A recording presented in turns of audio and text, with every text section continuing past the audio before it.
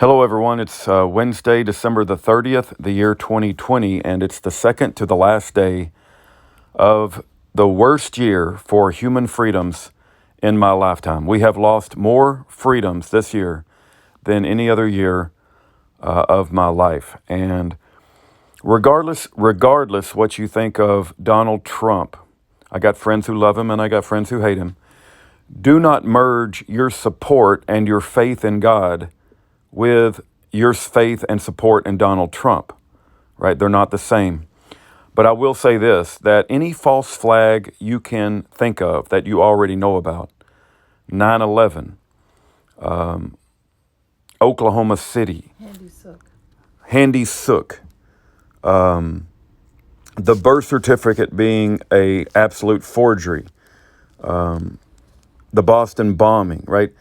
All of those false flags that we know about and were being exposed on YouTube prior to a tsunami of censorship that has occurred this year, all of those false flags pale in comparison to the false flag of the global pandemic of COVID and how humanity has reacted to this flu, right? And how we have locked up our elderly.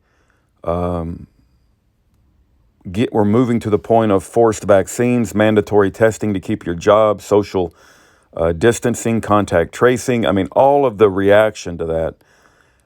There's nothing worse than the false flag of COVID, which came in under Donald Trump's watch. You know, you can love him or hate him, but I don't know how you can deny that.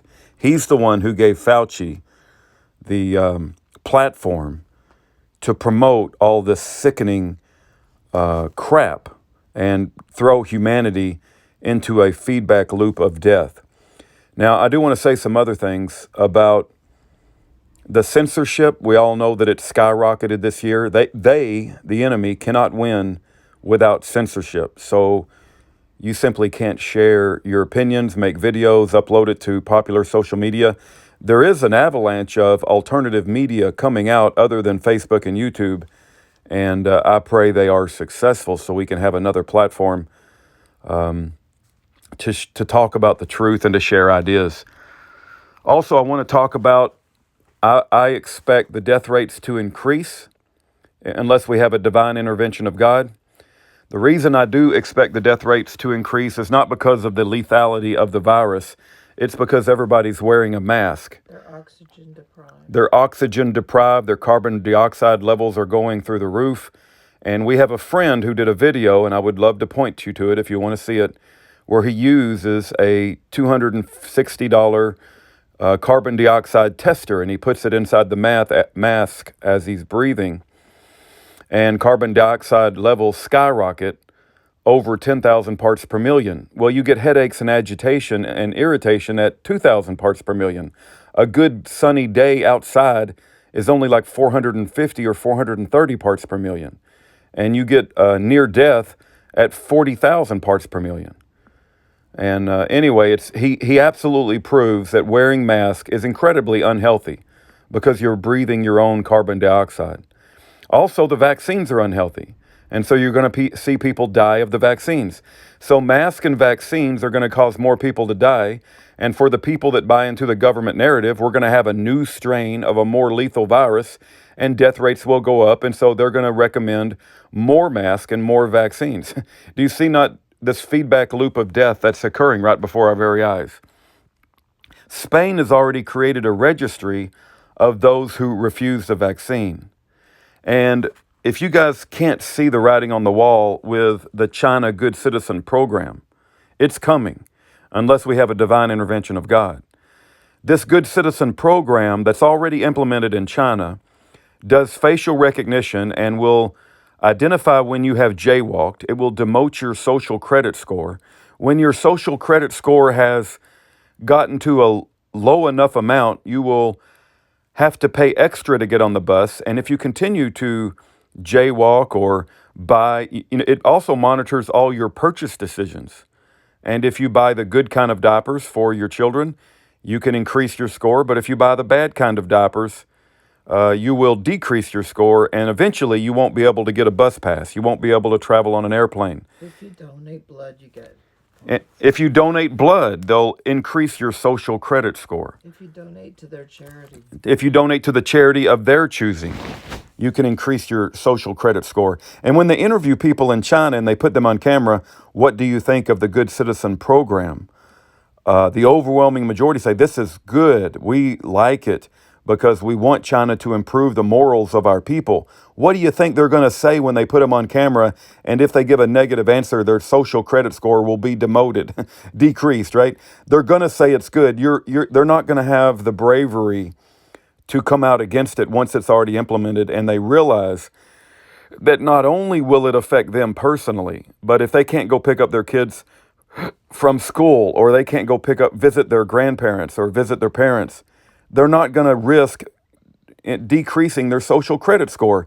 It's very similar to how they train animals in a circus. When that lion or tiger jumps through a flaming hoop in front of the crowd at the circus ring, do you think that he hasn't been beat hundreds of times in order to get him to perform that behavior?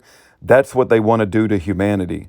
They want humanity to behave like a trained circus animal, and they will implement this Good Citizen program in order to have total control over your behavior. That's exactly what's happening. Also, when going back to this election fraud, I have no doubt there's election fraud. I'm going to tell you guys a quick story. My wife and I met in the jury box of the trial to convict Obama for sedition and fraud and for a forged birth certificate. When we met in that jury, everybody took their job very seriously. Nobody thought it was a frivolous case. And when we came back with a unanimous vote of guilty for fraud and sedition and wire fraud, we expected there to be action taken. Now, I don't have the video, so you're just going to have to take my word for it. But Pastor James David Manning, who ran that trial. Now, keep in mind, when we came back with the guilty verdict, I was sitting in the jury. My wife was sitting in the jury, and there were 10 other people sitting in that jury box. The church crowd erupted in applause, and it was a momentous moment of our lives. Not only did I meet my wife, but just convicting Obama and actually going through that process and listening to the evidence, and there were subpoenas sent out, and all of the transcripts and the trial was recorded. And I got to give credit to Pastor James David Manning for having that trial. But I remember seeing him stand in front of his church, right? And he said, and I don't have the video to prove this, I'm just telling you from my recollection, and my wife. if anybody finds it, I'd like it. Yeah, if anybody finds that video, we would like it. My wife and I both recall hearing him say this. He said in one of his church services that the military came to him after that trial and said, would you stand by your verdict? We're going to go execute an arrest on Obama for fraud and sedition as a representative of the military. And Pastor James David Manning said no because he was concerned about the lives of the people in the jury. We gave up our lives. We paid for our plane trips. At least I did. I think Manning might have reimbursed some others, but I paid for my plane trip. We went to that trial, and we went there to make a difference. And for him to back out and to make excuses and to not follow through and have the military arrest Obama, I thought was an incredible letdown and disappointment. My wife feels the same way. So let me also say this. In regards to Sidney Powell and her proving election fraud, along with other people who are working towards that goal, there was a time, because my wife and I were very tuned in and plugged in with the birth certificate forgery. I went to Terry Lakin's trial. I saw how they shut him up and would not let him provide any evidence regarding Obama's lack of eligibility. Court-martialed and sent him to Fort Willow. Yeah. I don't know if they can hear you over there, babe, but my wife is mentioning that they did court-martial Terry Lakin. They sent him to prison, Fort Leavenworth Prison, for 6 months. There's a website called terrylakin.com. He wrote a book called Officer's Oath. He's just one player in the birth certificate, but he was one lieutenant colonel in the military who went to prison for his belief that Obama was not eligible to be commander-in-chief. And he was in an interracial marriage, so they couldn't call him a racist. Well, anyway, there was a time when Sheriff Arpaio came out with some new evidence, and they've got a video that's available on where'sobama's birthcertificate.com. And any reasonable person that watches that video, they have proven, when I say they, I mean Sheriff Arpaio and his cold case posse, Mike Zullo, has proven beyond a reasonable doubt that they know exactly what birth certificate Obama stole his from, how they forged it, how they matched up the pixels. They recognized where they stole the signatures from. And it's absolutely that Obama forged his birth certificate. There's no doubt about it in my mind. I would bet my physical life. I wouldn't go as far to bet my eternal soul, but I would bet my physical life that Obama's birth certificate is forgery. That's how convinced I am. And there was one evening in the course of this journey of, trying to get to the truth about Obama's birth certificate where I was convinced that the next day people will also see what I see because new videos had came out. It really cemented everything that we had thought already. And I thought, wow, this is going to be overwhelming. People are going to realize that we have a president who's not eligible, and I need to go get some water. I remember that night telling Aaron, like, tomorrow is going to be absolute chaos. They're going to have to repeal all the laws that he has approved.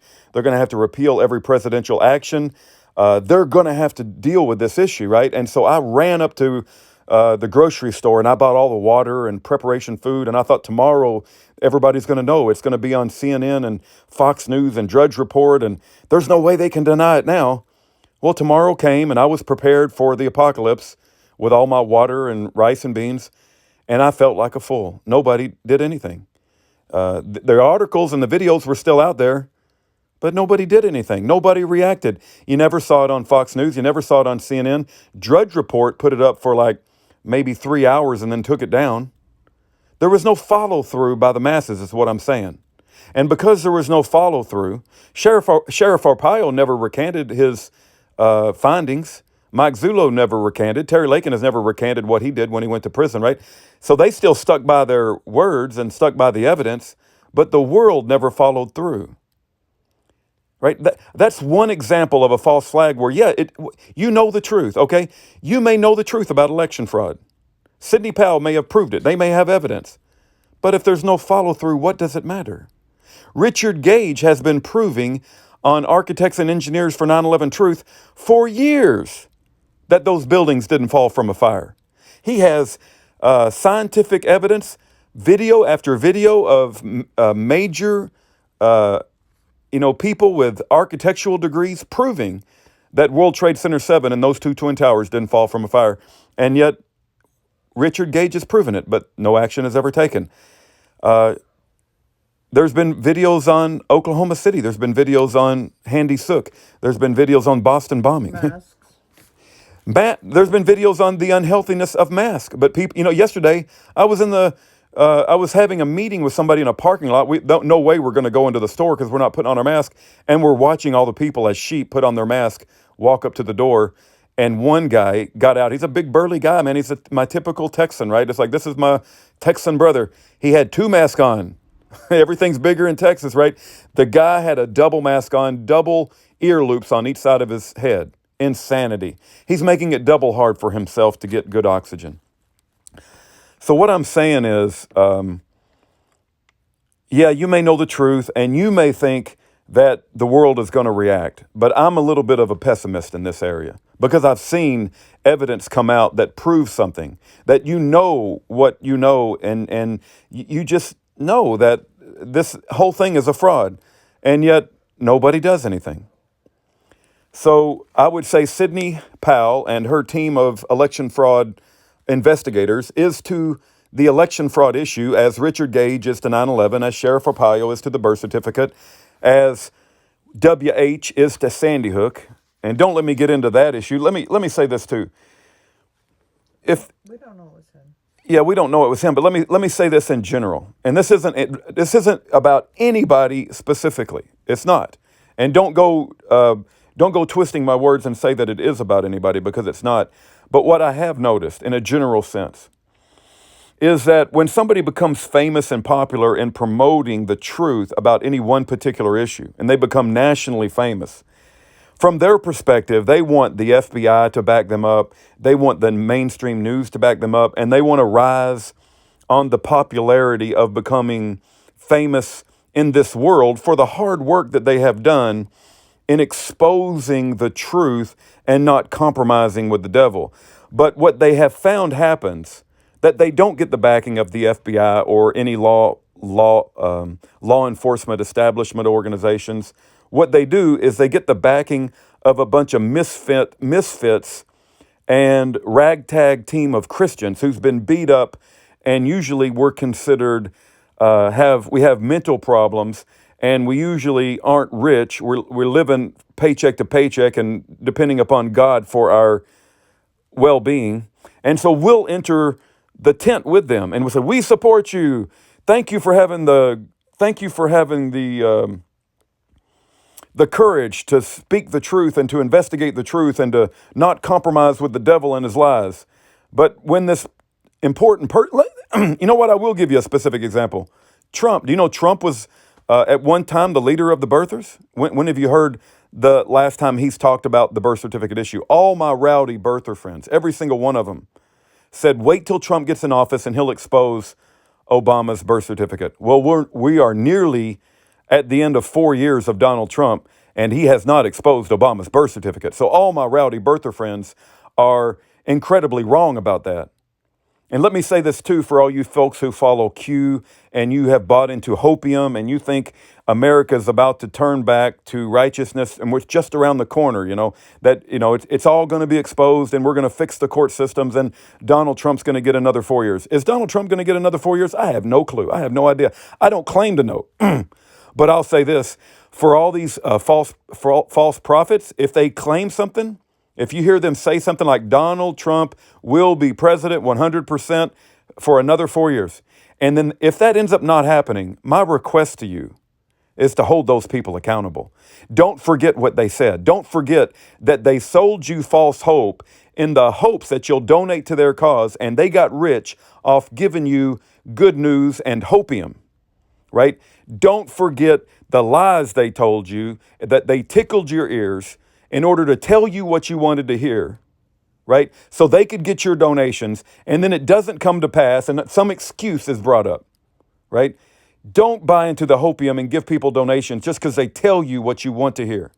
I'm tired of it. I'm sick and tired of. Been there, done that. I've been there, done that. I've got the T-shirt. Everybody telling you all of this wonderful news, and then it doesn't come to pass, and you're brokenhearted and poor for the experience, and they got a lot of money in their pocket. Give me a break. I'm sick of it. But going back to the China Good Citizen program, listen, it's coming. Unless God does a divine intervention, they want to train us all like circus animals. And there are technologies that are coming to bear, and they're using the COVID false pandemic to get people in the right frame of mind to accept it, right? The Pilgrim's Progress trial at Vanity Fair near the end of the book, the trial was run by Beelzebub. And everybody was hollering for the execution and conviction of Faithful and Christian because they didn't go along with the modern narrative that Beelzebub had painted. And when you decide not to be the only one in the grocery store not wearing a mask, when you decide not to get tested, when you decide you're not going to get the vaccine, right? When you decide you're going to hug your wife or family in public and you got within the 6 feet, or you didn't participate in the social distancing contact tracing program, you're going to be the anathema to society and you will be called out. And they're going to use a social credit score to demote you, and you won't get to participate in the accoutrements of modern society. The evil people think that the modern accoutrements of modern society belong to them, and you don't get it unless you play game their way. And they're going to censor you and shut you up and manipulate your behavior until you act right. And if they have to incarcerate you or kill you, murder you, they will absolutely do it. And all of these technologies are coming to bear with Bitcoin. As much as you guys love Bitcoin, I want it to go over 26,000, 27,000 recently, and it's making millionaires everywhere, and everybody's talking about how great it is. It's going to be used as a cashless society to track every transaction you've ever done. That's what it's going to be used for. The vaccines and the tracking mechanisms to track what you purchase, where you go, who you talk to, your social media post. You got all of this coming to bear. And what is it with you guys begging the government for money? You guys need to go read Davy Crockett's It's Not Yours to Give. When did Americans beg our government for money? And we're letting them shut down, call the church non-essential. They're shutting down your small businesses, and everything is going to big business. It's all becoming centralized. There's no room for entrepreneurship anymore in small business, and everybody's becoming dependent on handouts from the government. It is sickening. It is sickening to beg the government for money. The Christian church is essential because it's the only thing standing between tyranny and the democide of the Christians are the ones that are standing up. That's right, Aaron. And it's the Bible-believing Christians. You know, somebody said when the mega churches got shut down who preach your best life now and haul it and call it and haul it and name it and claim it and all that stuff, it's a good thing those churches got shut down. God was actually, using, they say the wealth of the wicked is laid up for the righteous. Listen, you guys need to be faithful to the Word of God. And we are in a feedback loop spiraling into death. You know there's a way out of that, and it's called Jesus Christ. Amen. Jesus Christ is the way out of this mess. And I pray that you read your Bible. You arm yourself with the full armor of God, and you put on the full armor of God, and you trust in Jesus.